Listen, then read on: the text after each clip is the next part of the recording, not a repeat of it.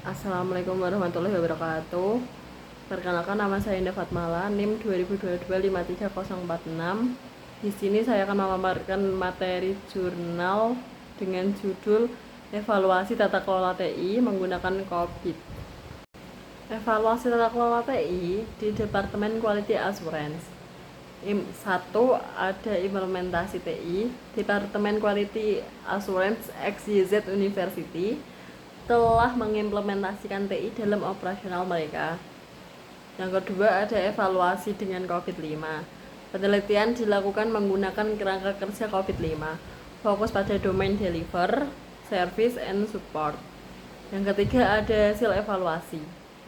Sebagian besar proses berada pada level kapabilitas 1 dan beberapa ada pada kapabilitas level 2. Evaluasi menggunakan COVID-5 di Departemen Quality Assurance XYZ University menunjukkan bahwa sebagian besar proses TI berada pada level kapabilitas 1.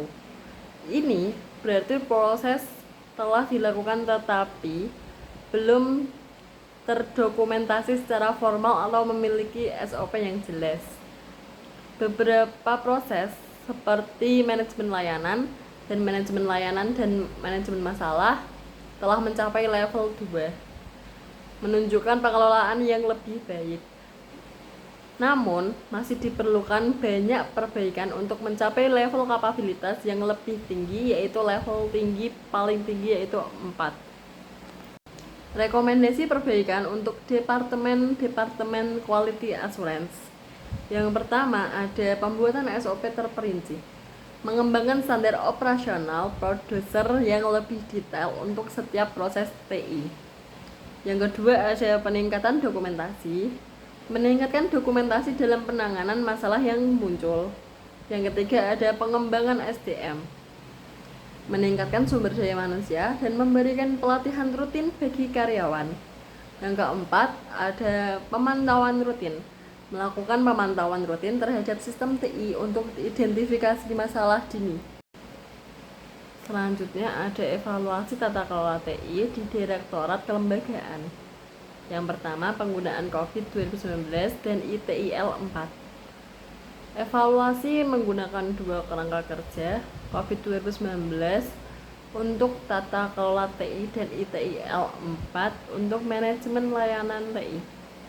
Selanjutnya nomor 2, pengukuran kepuasan pengguna menggunakan model e-Govqual untuk menilai kualitas layanan berbasis e-government. Yang ketiga, ada hasil evaluasi. Sebagian besar proses TI berada pada level kapabilitas paling rendah. Evaluasi tata kelola TI dan manajemen layanan TI di Direktorat Kelembagaan, Direktorat Jenderal Pendidikan Tinggi menggunakan COVID 2019 dan ITIL 4. Hasil menunjukkan bahwa dari 11 proses yang dievaluasi, 3 proses masih berada pada level 0, 6 proses pada level 1, dan 1 proses pada level 2, dan juga hanya 1 proses dalam level 3. Ini mengindikasikan bahwa sebagian besar proses TI belum diatur dengan baik dan memerlukan perbaikan yang signifikan. Selanjutnya ada analisis kepuasan pengguna layanan TI.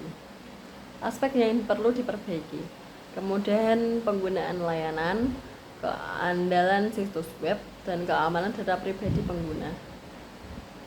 Selanjutnya ada aspek yang sudah baik. 13 atribut layanan dalam kategori yang sudah baik perlu dipertahankan. Yang ketiga, ada rekomendasi. Fokus pada perbaikan aspek-aspek yang masih kurang untuk meningkatkan kepuasan pengguna secara keseluruhan. Analisis kepuasan pengguna layanan TI menggunakan model e-Govqual menunjukkan bahwa ada 3 atribut layanan yang memerlukan perbaikan segera, sementara 13 atribut lainnya sudah dalam kategori baik. Aspek yang perlu diperbaiki meliputi kemudahan penggunaan layanan, keandalan situs web, dan keamanan data pribadi pengguna. Perbaikan pada aspek-aspek ini diharapkan dapat meningkatkan kepuasan pengguna secara keseluruhan dan efektivitas. Selanjutnya ada strategi perbaikan berbasis analisis SWOT. Yang pertama, peningkatan kompetensi SDM, mengembangkan program pelatihan dan pengembangan untuk meningkatkan keterampilan staf TI. Yang kedua, ada pengembangan kebijakan dan prosedur, menyusun kebijakan dan prosedur yang lebih baik dalam manajemen risiko dan perubahan.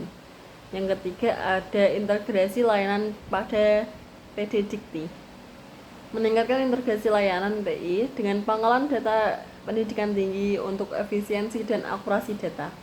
Yang terakhir ada peningkatan keamanan TI, mengembangkan strategi keamanan TI yang komprehensif untuk melindungi data dan sistem. Selanjutnya ada pentingnya kesinambungan operasional TI.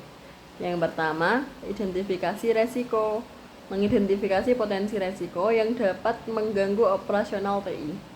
Yang kedua ada perencanaan kontinuitas, menyusun rencana kontinuitas bisnis untuk menghadapi gangguan. Yang ketiga ada implementasi solusi, menerapkan solusi teknologi untuk mendukung kesinambungan operasional. Yang keempat ada pengujian dan evaluasi, melakukan pengujian berkala dan evaluasi terhadap rencana kontinuitas. Langkah selanjutnya dan kesimpulan yang bisa diambil dari jurnal tersebut. Yang pertama ada evaluasi berkala, melakukan evaluasi tata kelola TI secara rutin menggunakan kerangka kerja yang relevan. Yang kedua, peningkatan berkelanjutan, menerapkan perbaikan berdasarkan hasil evaluasi untuk meningkatkan kapabilitas TI. Yang ketiga ada kolaborasi lintas departemen, meningkatkan kerjasama antar departemen untuk mengoptimalkan penggunaan TI. Yang terakhir ada inovasi teknologi, terus mengikuti perkembangan teknologi untuk meningkatkan layanan TI.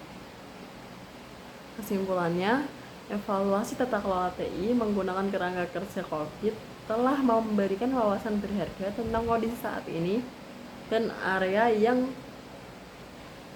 memerlukan perbaikan. Langkah selanjutnya melibatkan implementasi rekomendasi yang telah diidentifikasi, evaluasi berkala untuk memantau kemajuan, dan peningkatan berkelanjutan dalam praktik tata kelola TI.